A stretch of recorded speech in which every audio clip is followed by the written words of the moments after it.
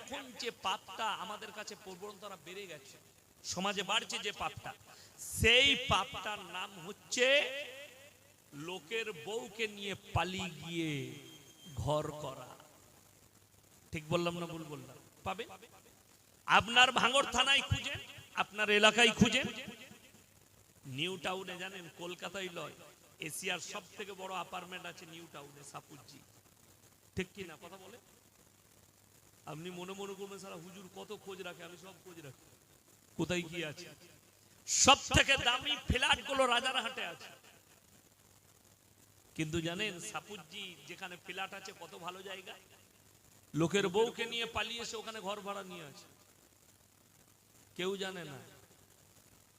লোকের বউকে নিয়ে পালিয়ে এসছে, অথচ শরীয়ত শুনেলেন ইসলাম।